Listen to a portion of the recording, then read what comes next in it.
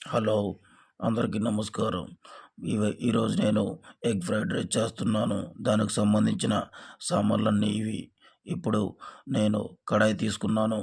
కడాయి తీసుకున్నాక అది వేడెక్కాక ఆయిల్ కూడా కొంచెం పోసుకున్నాను. అది వేడెక్కగానే పచ్చిమిర్చి, ఉల్లిపాయలు అన్నీ కూడా వేసి వేపుకున్నాను.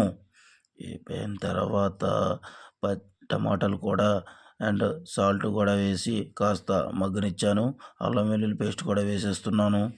తర్వాత ఆనియన్ రింగ్స్ అదేనండి ఉల్లికాడలు వేసాను టేస్ట్ బాగుంటుందని.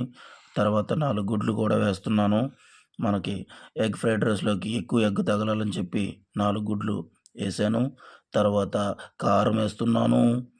కారం తర్వాత మసాలా కూడా కొంచెం వేసి దాన్ని మొత్తం ఫ్రై చేయబోతున్నాను. చేశాను.